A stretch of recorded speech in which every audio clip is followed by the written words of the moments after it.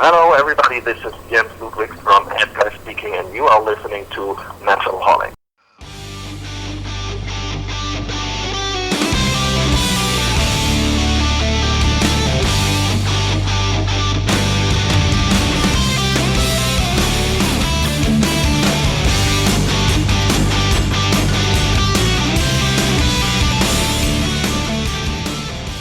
Sir, how are you doing? I'm fine, how are you? I'm doing really great. How has the day been so far? Very good, very good. It's just a few interviews today, and I think actually you're from India, right? Yes, I'm from India. Well, I think it's the first time ever that I'm doing an interview with somebody from India, so it's the premiere. I'm very excited. Wow, it's an honor to have you with us today. So, the new album is out, and the critics, all the journalists, everybody have accepted the album with, actually called it as the best Edguy album till date. So, how does it feel to deliver an album beyond expectations? Well, always good, of course. I mean, I'm not worried that people like the album. Well, it's difficult to say. I mean, of course, first of all, when we're doing an album, when we're writing music, the most important thing at the beginning is that we like what we are doing, that we're satisfied with what we're doing, that we can stand 100% behind it, and well, that's actually was the case with every Edguy album we did. Right. Even if afterwards some critics were disagreeing and they were expecting something different from us, it has always been exactly what we wanted to do at a certain period of time. And it's the same with the new album, Space Police Defenders of the Crown. It's exactly the album that we wanted to create, that we like doing, that we like playing. Right. And of course, it just feels great if you find a lot of other people who are on the same opinion, or at least who like the album as much as we enjoyed recording it. Right, absolutely true. And I've come across various people who have been, I've been discussing with a lot of my friends from all around the world, and they've been surprised with the amount of, diversity this album has, keeping in mind, the amazing skills of you as well as Tobias. So, how was the songwriting this time compared to the previous releases? Pretty quick as hell. No, actually, we just did the whole songwriting within 2 months. Wow. It was interesting. It wasn't planned like that, but we had a little break in the year 2013 because Toby was doing Aventasia and everybody else was really enjoying, let's say, his private life somehow. And when we met in the rehearsing room in August or September, it was very clear that we really we were really enthusiastic. We were really pumped up, like we wanted to create a new album, and then we were setting ourselves a deadline. Right. Like, okay, what if we enter the studio in November, for example, to release the album in April, knowing that we only had 2 months' time to do the songwriting. But we took it as, okay, let's just try it, let's give it a try, let's take it as positive stress, and let's try to make it. And if it would not have worked, like if the song material wouldn't have been good, then we had always the opportunity to postpone the album, right, let's say October, and just take a half a year longer to produce the album. True. But it was very good the way we did it, because this way the album came out very, very spontaneously. Like, we didn't have a chance to overthink too much, to get too much into details, Sometimes what happens if you're too much into details, you lose the basic key of absolutely the song. Right. That's something we didn't have the chance that this would happen, because right, the deadline was so tight. And, well, it was a lot of stress, a lot of work, but I think it paid out, and I think you can hear on the album that it's very refreshing, very, very spontaneously, very direct. Absolutely. Actually, what I like about the album is that it's coming, or I have the feeling that all of the songs are coming very straight to the point. They're very to the point. There's not much, how to say, useless details around it. It's just very basic. It's just very to the point, and that's what we wanted to do. So I'm pretty. Actually, it's always silly if a musician is telling this, but I'm really proud about the album. So wonderful, that's cool. And I'm sure I need to address the question all the fans are basically wondering. How did the title of the album come to be? What does Space Police Defenders of the Crown mean? Well, actually, first of all, it's two titles who belong together somehow, and it's a value for money thing. You know, people get two album titles for the price of one. I mean, which band can say this about an album? No, seriously speaking, when we were thinking about an album title, the first idea for the album that we had was Defenders of the Crown, because we thought, whoa, it sounds somehow epic. It sounds like a serious heavy metal record, and we really liked the title. Right. And also the record company really loved the title. They immediately wrote back an email saying, "Well, we love the title. We can imagine something with knights and some middle-aged stuff, and maybe some fantasy advertisements with this title and cover artwork." And that was the first point where we said, "Oh, maybe it's not the best title." But anyway, you know, we pushed back the decision of the album title, and then a couple of weeks later, Toby came along with the song title, the song "Space Police."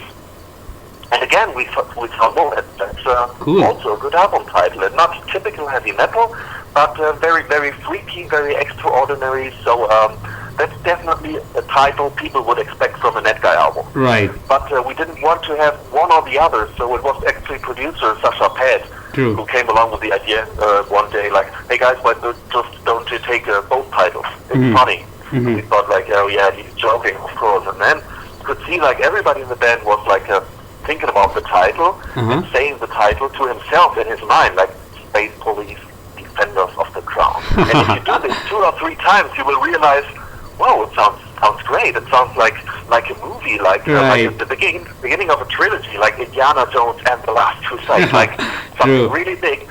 And so we can, it's a perfect idea. We take both titles, and well, looking back at it, I think it has been the best decision, because those two titles really represent the two sides of the band Edguy. Because on one hand you have the serious musical side, and the serious aspect is Defenders of the Crown, and you have the more freaky attitude, the thinking outside the box attitude, the extraordinary that this band has made big with the title Space Police. So those two elements combined, it's a perfect match, I think. Wow, that's really cool. You know, I have this feeling, because you know, you guys have been together for a longer duration, and even the lineup of the band has been stable since 1998.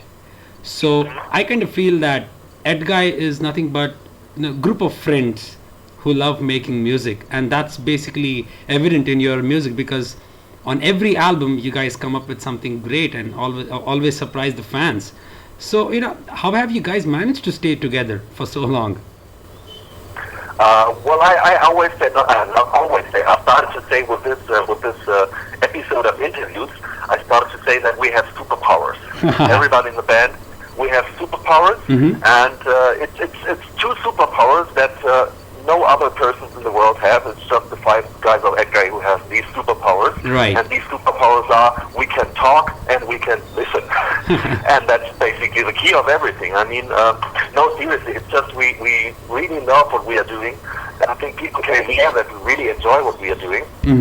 And of course, if you have 5 people in the band, you sometimes have 5 different opinions on things. Right. But the key is how you get along with it. And everybody in the band is mature enough to speak about things, you know, to talk about these problems, and not swallowing everything down until it hurts so bad that you have to explode, you know what I mean? Right. Really try to sort out what might be the best decision for the band, what is a good solution, a good compromise that everybody feels not necessarily 100% happy with, but everybody should feel comfortable with it. And well, that's what kept us together for the last, 18 years or something. Right. And hopefully will keep us together for a little longer, because, as I said, the basic thing is that everybody enjoys so much what we are doing, and everybody knows that what we have in the band is a very privileged situation. Absolutely. That nobody would throw it away easily just because of any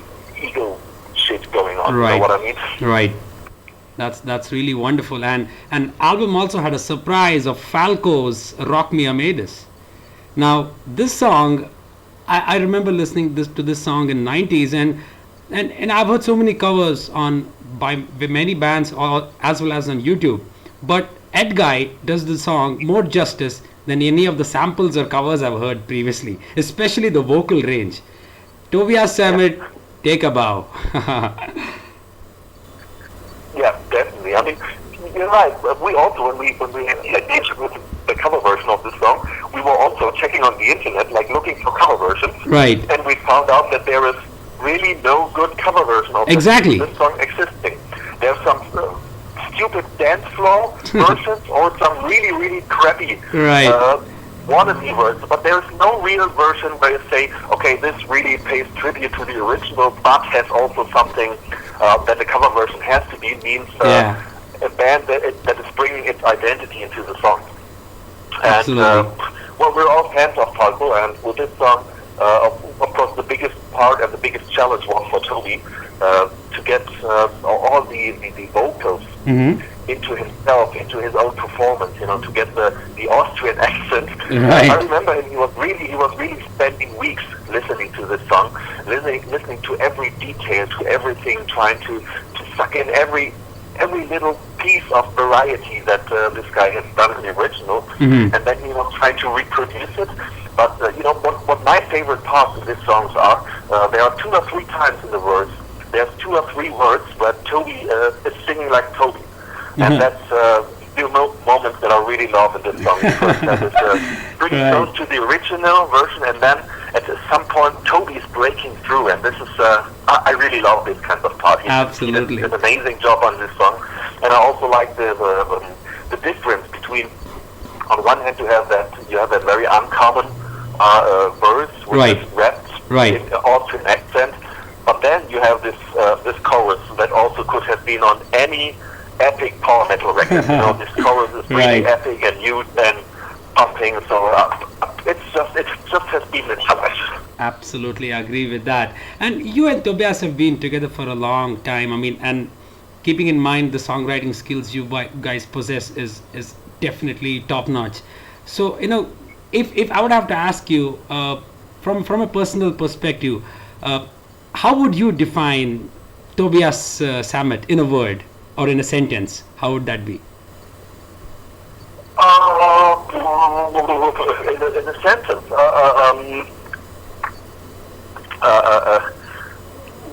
caught somewhere in between his own will and the fact that he wants to make everybody happy.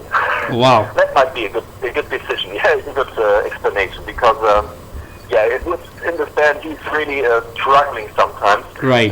In between. I mean, for Aventasia it's very easy. He can do everything like 100% he likes.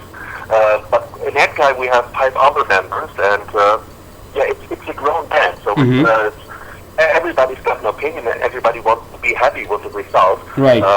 So sometimes he really has to struggle in between what he feels is right and what maybe some other band members think should be done differently. So, sometimes there are discussions, but you know, these discussions also keep the creativity alive. So it's something that is necessary and helpful. Right. So what are the plans ahead for rest of 2014? I think I came across news of a few tour dates in Europe. Actually, the tour is starting, and we have 2 festivals in August. It's one in Sweden, one in Slovakia.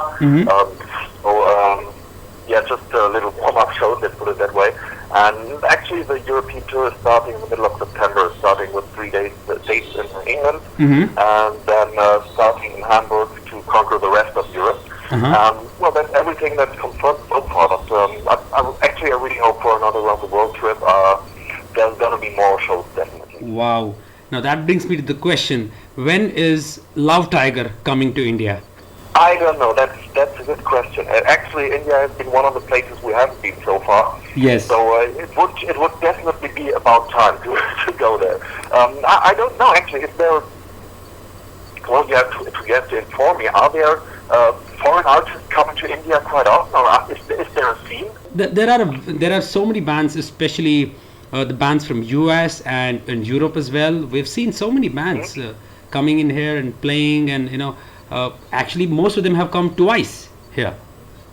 Okay. So it's a growing market here, and I keep hearing from a lot of musicians that, you know, India is the next zone in their mind about heading to that country and playing for the fans. So I'm gonna stay positive. I'm gonna stay hopeful that you guys in few years will come over to India. So there are some promoters to the European bands. So I can tell our booking agency, to get their point of view up to India and see if we're going to make something there. Wonderful. That'll really be an honor. So, all I can say is the Love Tiger may not save your soul, but Edguy definitely will. Okay, yeah. Hopefully, we try. Oh, wonderful. It was an honor, having you with us, Jens. Thank you so much for sparing your precious time. You're welcome. As I said, it was a premiere for me as well, and hope to do more interviews like that. Sure. We'll stay in touch, and I wish you all the best for your future endeavors and for tours and for everything ahead. Okay, thank you very much, and